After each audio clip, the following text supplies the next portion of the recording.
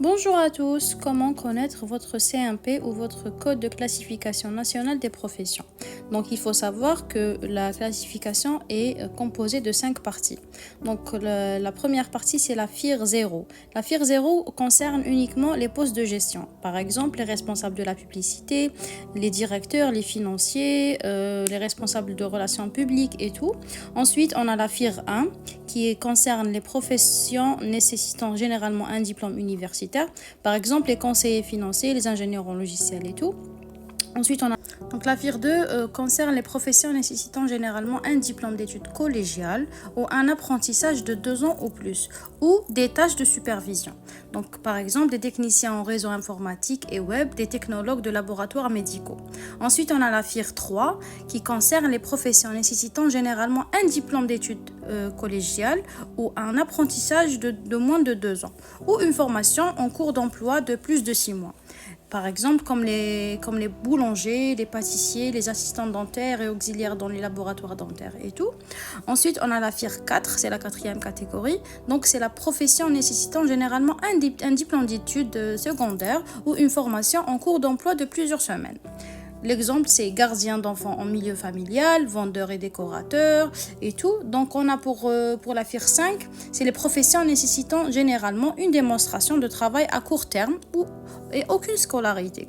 Par exemple, ça concerne les manœuvres en aménagement, des paysagers et entretien des terrains, chauffeurs, livreurs, des services de livraison. Maintenant, on va chercher notre CMP, notre code de classification nationale. Donc, on va juste cliquer sur la liste complète des classifications professionnelles de la CMP. Voilà. Ensuite, on va mettre directement l'appellation de notre emploi. Par exemple, on va mettre l'exemple d'un enseignant. Donc, on va écrire enseignant. On va chercher. Donc, par exemple, après, ça dépend de votre niveau exact. Nous, on va chercher carrément l'enseignant, donc de niveau, par exemple, primaire. Celui-là, c'est la CMP 41-221.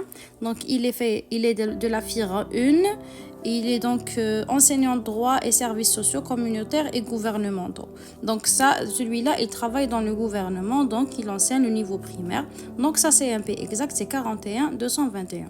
S'il est enseignant au niveau secondaire, c'est le 41-220.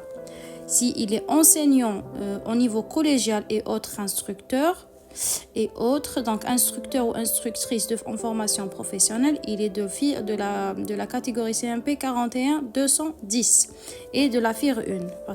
On va faire un autre exemple, on va enlever enseignant.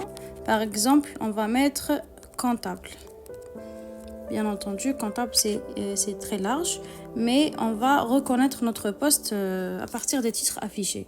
Donc, par exemple, si vous êtes directeur financier ou directrice financière, c'est la CMP 110 et c'est la FIR 0, c'est la profession en gestion. Si on est, par exemple, vérificateur ou vérificatrice et comptable, c'est la CMP 1100, c'est la FIR 1. Si on est technicien ou technicienne en comptabilité, on a la CMP 12200 et c'est la FIR 2. Si vous n'arrivez pas à trouver votre code CMP, écrivez-moi en commentaire votre profession et je vais vous répondre avec la CMP exacte. Voilà.